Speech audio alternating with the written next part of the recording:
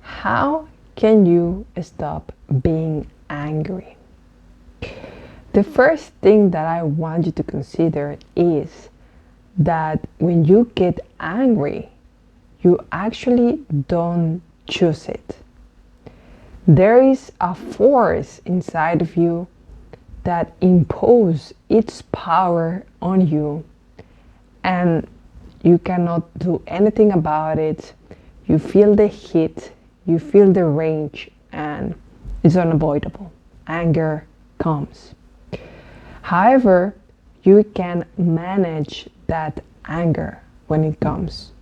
And later on, of course, to reduce the probability to be angry. So let's start by, what do you do when you are angry? Well, the most powerful thing that you have within yourself to calm you down is your own breath. Why? Because there is a strong correlation between your breathing and your body. Whenever you need energy for your muscles, you will naturally breathe in a different way. You will inhale deeply and contract your abdomen at the same time. And that kind of breathing gives you power, gives you energy, gives you focus and concentration on the outside. Why is it relevant? Because whenever we were hunters, whenever we were actually hunted by other animals, this kind of breathing would allow us to just run, escape, be alert, and that was good. So it is a survival mechanism from the body.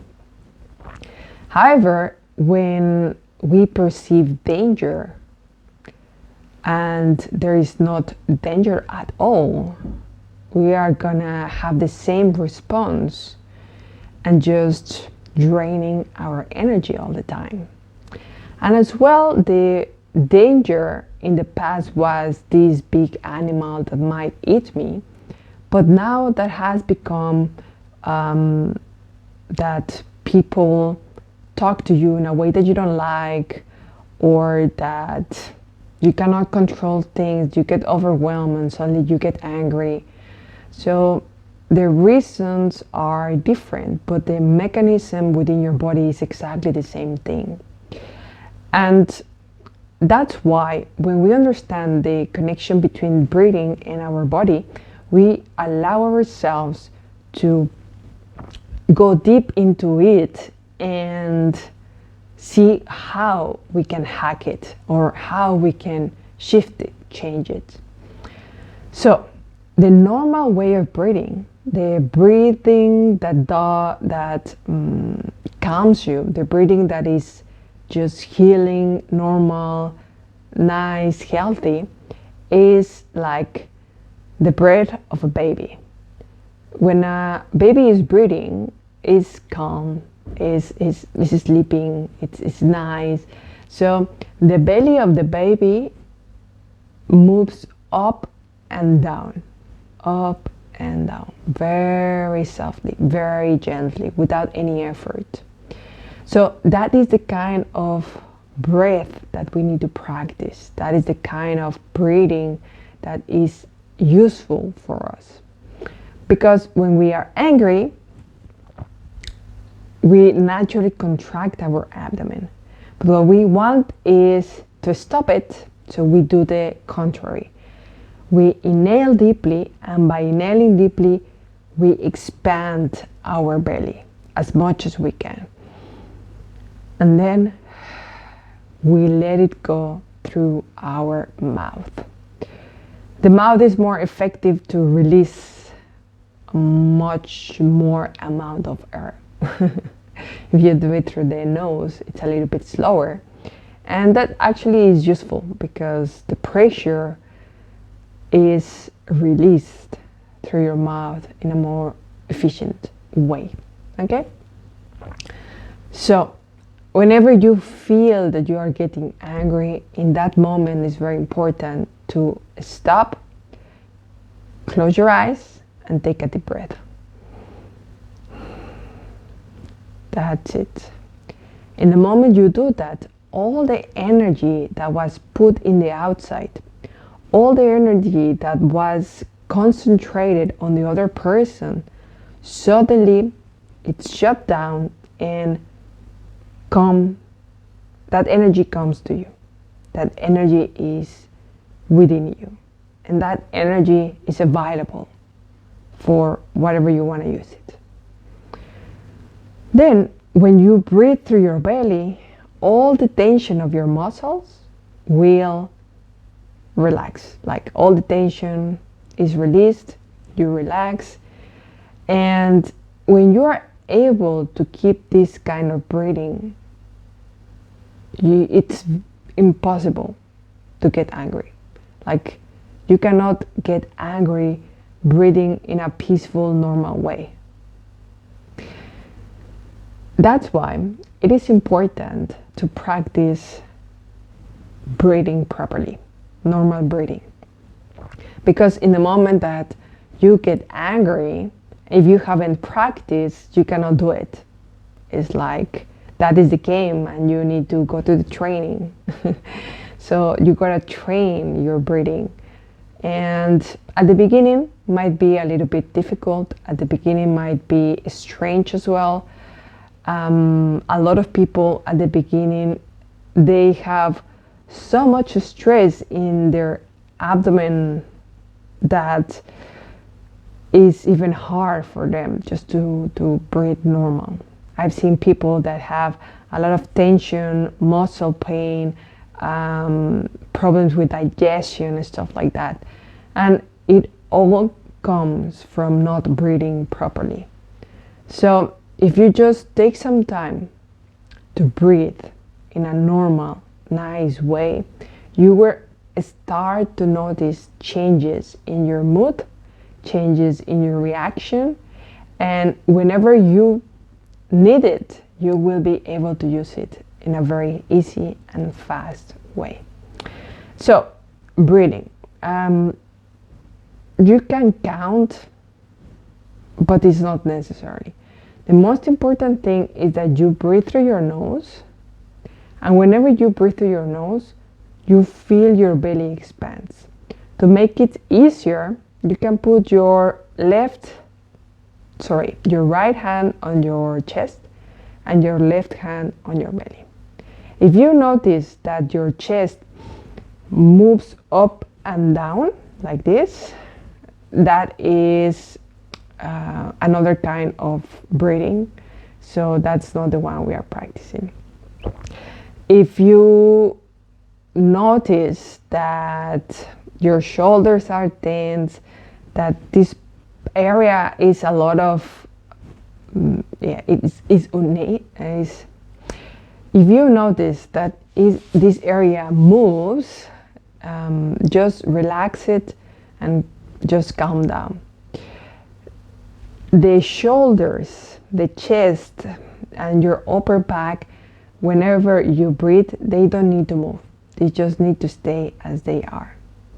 But your belly is the one that is going to move. Okay? So with your left hand, you might notice slightly the movement of your belly. So we are going to take 3 deep breaths with the belly, and that's it, with a normal way. Okay? Number 1, breathe.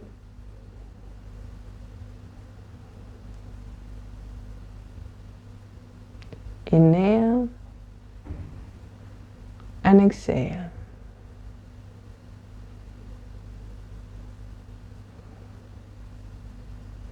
And remember to relax your shoulders. Perfect. The important thing is that you release all the tension from your belly and that your chest doesn't move. That's all. Great. Now, you can practice this every day for even 2-3 minutes in the morning, in the night, or both. But the most important thing is that you are able to practice it even when you are visualizing difficult situations. Or, for example, if you are afraid you are gonna have a conflict in the future, you can imagine that actually that happened already, or that you cannot avoid it, and that you can find peace now, and that you can release that tension now. So whenever that actually happens, you can do it in the moment. And of course, if you practice it more and more, that situation of anger and conflict might not even happen. So that is very, very good. It is important that all your energy, whenever you are angry, instead of putting it on someone else or blaming someone else, comes back to you. And you don't even need to blame yourself or to be hard on yourself. It's just a way of breathing that allows you to put peace, and that allows you to lose. Losing the battle is good. It's like you are finally able to enter in a state of mind that doesn't require you fighting, that doesn't require you survival. If you are fighting, it's because you perceive that there is danger. And in that way of looking at things, danger means something can hurt me, something can harm me, and my survival is in danger. I might die, basically. So it's the survival thing I was talking at the beginning. So that's why it's very important that you lose the battle. If you don't want to win, you are not going to die. And that's the thing that we are afraid of in discussions, and afraid of when we get angry, is that if we surrender and we accept not to fight, then our boundaries will be crossed, and then our self will be in problems. But most of the case, that actually doesn't happen. It's just a wrong perception. It's something that we see and we interpret in a way that is very limiting, and that actually doesn't allow you to see things in a broader perspective and to encounter a new way of communicating with the other person, and nourishing love and nourishing joy. Okay? So breathing shallow for a long period of time is unhealthy. Nature has created it in a way to use our resources, our energy, our muscles properly. But if we are always living in that state, it creates chronic illnesses. It creates basically a dysfunction of the body, because then all the energy is flowing through you in a very different way, and it's not prioritizing digestion, it's not prioritizing creativity. It's just pure survivor reaction, just muscles in, and protect yourself basically all the time, right?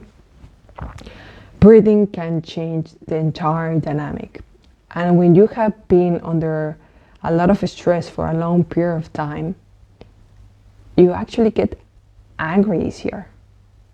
It's even more and more difficult just to stay normal. And That's why anger is related a lot with stress. And when we overpass, like we already are so far in that stress that there is not even energy to get angry, then people get burnout. People cannot move, people cannot get out of bed, suffer migraine constantly, or suffer from pain in their bodies without apparent reason, like just a lot of pain. But this is because when your body is in stress, there's a lot of cortisol, a lot of adrenaline, and that basically stays in, like, in your muscles, and your muscles are tense, tense, tense all the time, all the time, all the time. Like they are not able just to relax for a little bit. So yeah, it's like when you hold something for a long period of time with all your strength, you're gonna get sore, right? But when it's chronic stress, that soreness is not only in the muscles, like it can really go into the joints, it can really go very deep into your body. And that's also why nothing helps, almost like pills or taking a bath, or all those things that normally would help the release the tension very quickly and efficiently. Suddenly they don't seem to work because it's just so much that it would require a lot of activities to release all that tension and all that stress.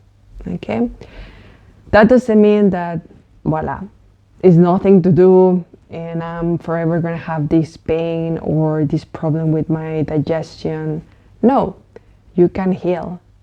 And the first step for healing is paying attention to the way you breathe and nourishing a healthy breathing by inhaling through your nose and exhaling through your nose with that subtle movement of your belly up and down, up and down.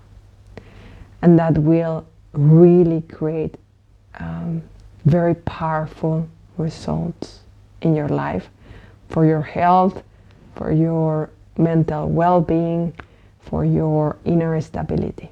Okay, so thank you very much for watching, and I will answer to you in another video any other question that is very meaningful for you. Thanks.